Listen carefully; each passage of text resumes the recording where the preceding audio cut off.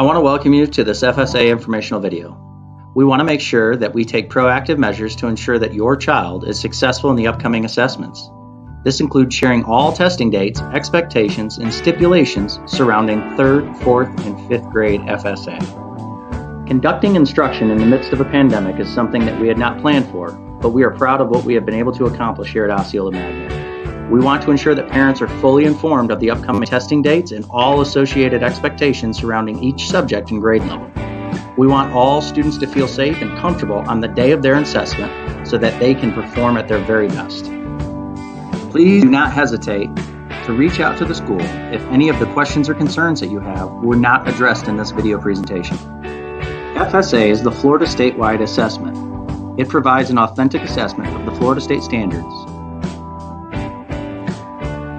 This slide outlines the dates and times that 3rd grade students for brick and mortar, as well as transitional and virtual students, will be able to take the reading and math FSA. In addition, the iReady test can be used to demonstrate 3rd grade proficiency in reading.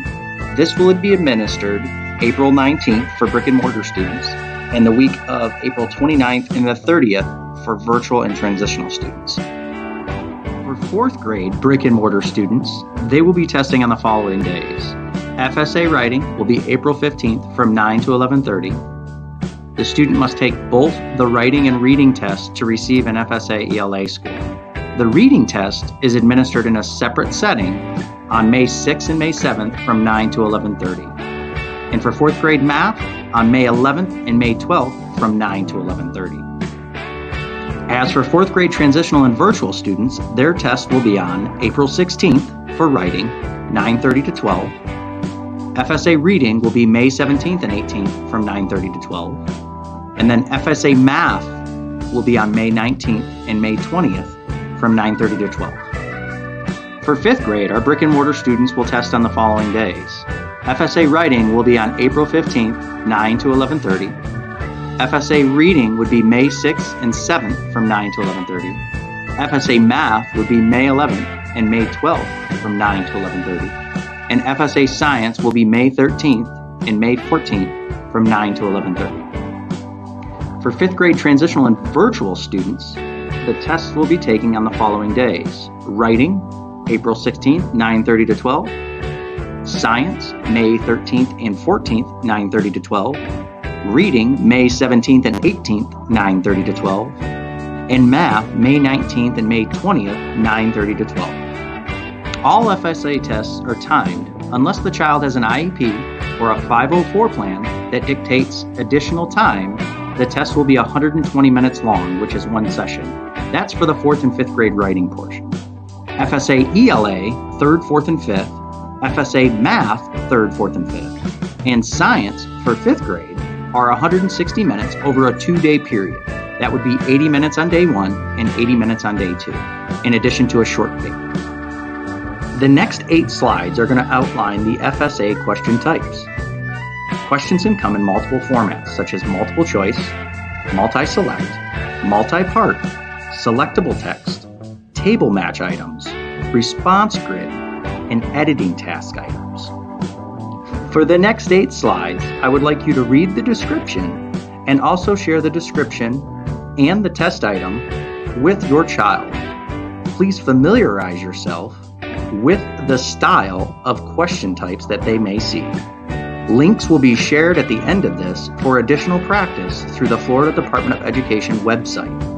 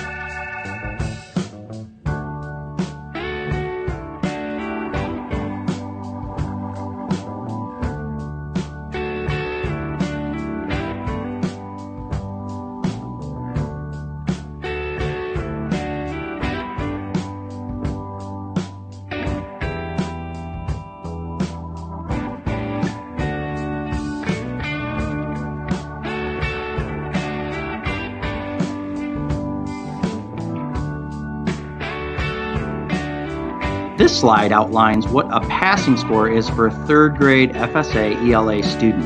As many of you are aware, third grade is a mandatory retention year if a student is unable to demonstrate proficiency on the third grade FSA ELA reading test. Although a level 2 is sufficient for promotion purposes, the table below shows the score ranges for each achievement level and gives a brief description on the FSA scale score. If you are the parent of a third grade child and you're wondering what happens if your student does not pass the third grade FSA ELA reading test, this slide outlines some of the additional steps that can be taken for remediation and reassessment. The most popular is going to be the iReady reading diagnostic that's administered in late April, early May. A score of a 535 or higher is needed to supersede an insufficient FSA score. The FSA is a mandatory assessment, so there is no legal way for a student to opt out. If you, however, choose to opt out, your child will be retained to repeat third grade the following school year. If your child is a fifth grader who opts out, they will automatically be placed in remedial classes upon entry into middle school. The FSA results will not be shared any earlier than May 31st as per the state guidelines.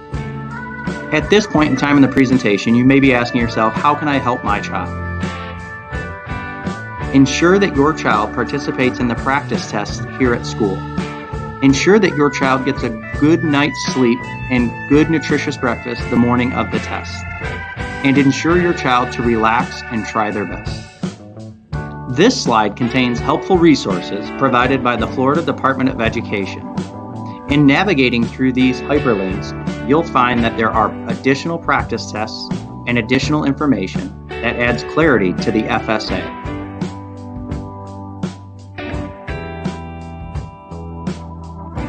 Upon entering the Florida Department of Education's assessment page, you will either choose to go into Student and Families for clarifying information, or on the right-hand side of the screen, you can click on Practice Tests to have your child take additional practice assessments aligned with the FSA test item specs. Parents, thank you so much for watching this FSA informational video. We hope that you are now fully informed of the upcoming testing dates and associated expectations surrounding each subject. We want students again to feel safe and comfortable on the day of their assessment so that they can perform at their very best. Good luck, guys.